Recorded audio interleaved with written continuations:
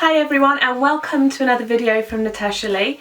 Now today I'm going to do something a little bit different. I'm going to do a splurge versus a save because this is something I spend a lot of time googling, looking for dupes, things like that. Sometimes high-end products are the absolute best, sometimes you'll find a real gem in a drugstore or something like that that's absolutely fantastic and you can't live without. Now today's splurge versus save is the Beauty Blender versus the Real Techniques Miracle Sponge. Now I have had my Beauty Blender for about 12-18 months, probably actually it's going to be about 18 months now. I did buy it with the cleanser, and when I paid for the two of them I think it was about £18 on Amazon about 18 months ago. Now both these products that I'm going to give you a review on today I've purchased myself, they're not press samples and I don't have any affiliation with the company. This is just something I wanted to share with you because I thought it's something that interests me, so it might be something that interests you. If you watch my weekly vlogs you might see a few weeks ago that I said that I'd had a bit of a shopping haul that week, and in the shopping haul was one of the Real Techniques Miracle Sponges. I thought it'd be really stupid of me not to give it a go at the price that it is, and I do absolutely love the Real Techniques brushes. Now someone had said to me that they preferred this sponge over this sponge and said that so did Sam and Nick Chapman, who I do adore and I follow, but being a natural skeptic I saw that their name was on the packaging of this one, so I thought they would endorse it, and so for me I wasn't going to take that as just being gospel. All due respect ladies, because I love your brushes, but I wanted to know, was it really any good?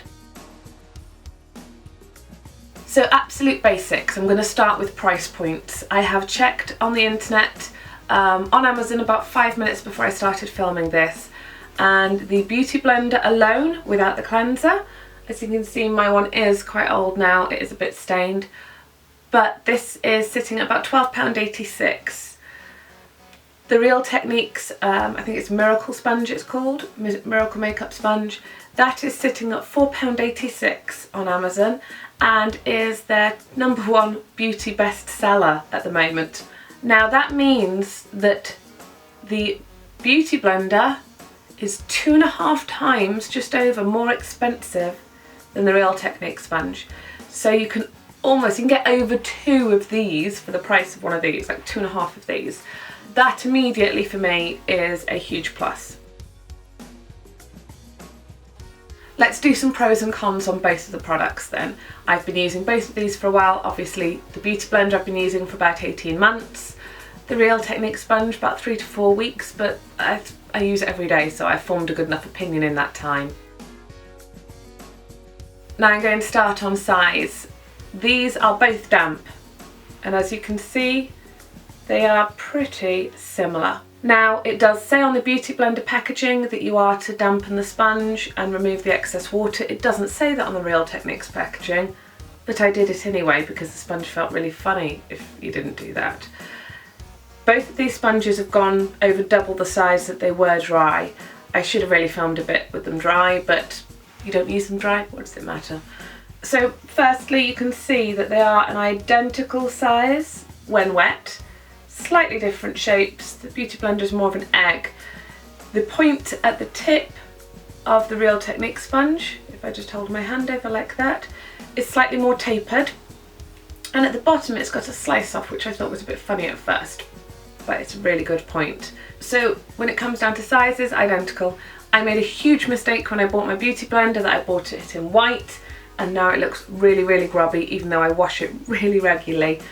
Which brings me to the other point, how well do the stains come out of both products? Now I don't have the Real Techniques brush and tool cleanser, but I do have the Beauty Blender solid cleanser, which I've used on both sponges.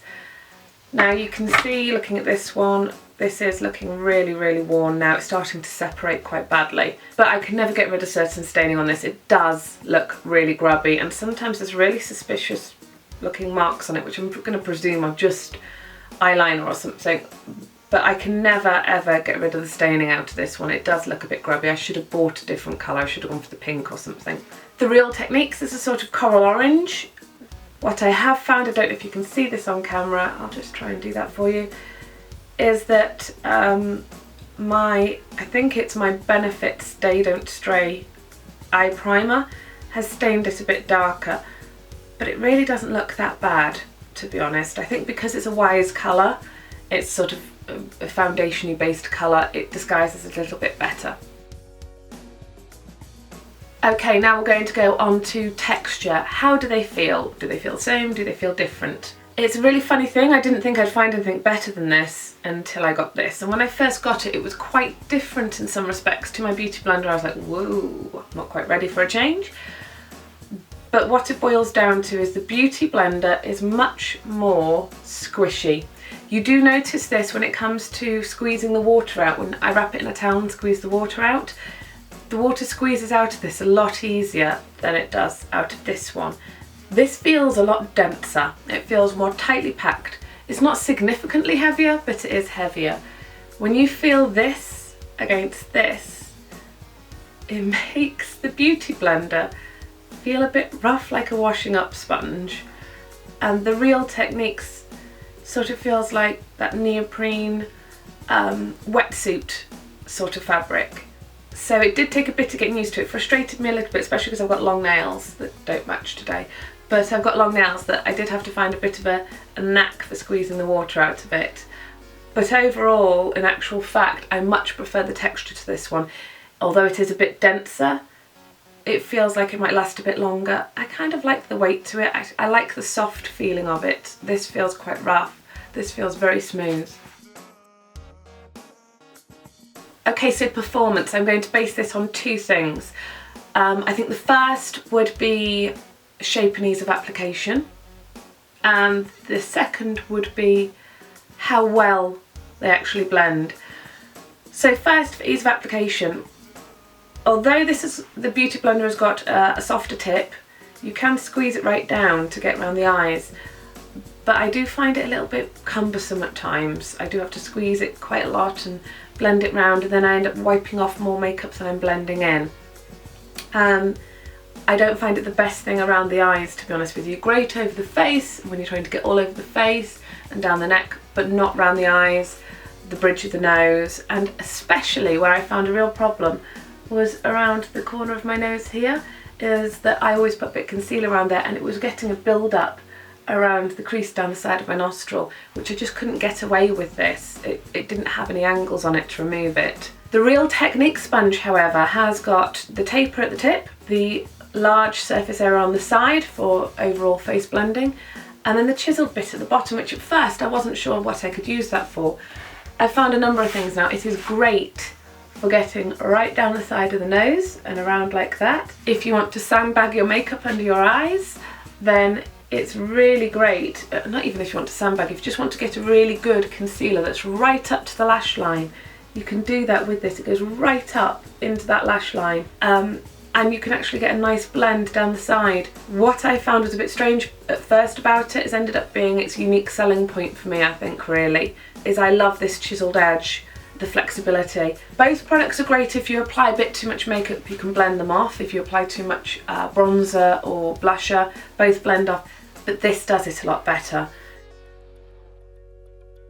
Actual application. Which one do I rate as the best? Which one is that if both were the same price, which they're not obviously, but if both were the same price, which one would I choose to use for how well it applies? And I've got to say it's going to be the Real Techniques sponge. The speed now at which I can blend my foundation, my concealer, it's actually eliminated the need for a number of brushes. I've got a horrible spot on the side of my cheek at the moment that I've covered up, so hopefully with the makeup you won't be able to see down here. In the past I'd have had to do that with a couple of different makeup brushes, and instead I just did it with this and it was fantastic. It applies without removing, if that makes sense. It actually blends it into your face, whereas some makeup sponges, the more you blend, the more is pulled off your face and onto the sponge. This is an excellent sponge for blending. So in conclusion, would it be a splurge versus a save? Well, I have to be honest, it's a save. The Real Techniques sponge is absolutely fantastic. I can honestly say that because I bought it and it's my honest opinion. I mean, I don't know how long this one will last in comparison to my Beauty Blender. I've had that, it's over 12 months, under 18, and it's starting to disintegrate. If this one lasts half of that, what does it matter? Because if I have to buy 2 of them, that's still cheaper than one Beauty Blender.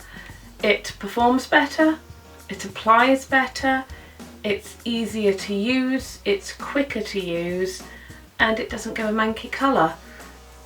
If you'd like to know where you can buy the Beauty Blender or the Real Technique sponge, then take a look in the description down below and I'll put some links. So I hope you've enjoyed this video. Thank you very much for watching. Please don't forget to give me a thumbs up and subscribe to the channel for more. I have my nail tutorials every Monday, weekly vlogs on a Wednesday, and on a Friday it's beauty, hair, reviews, tutorials, things like this today. Anything I think that might interest you. If you have any suggestions for the channel, I'm always open to hear, and just pop me a comment down below or contact me through my social media. And thank you very much for watching. Bye bye.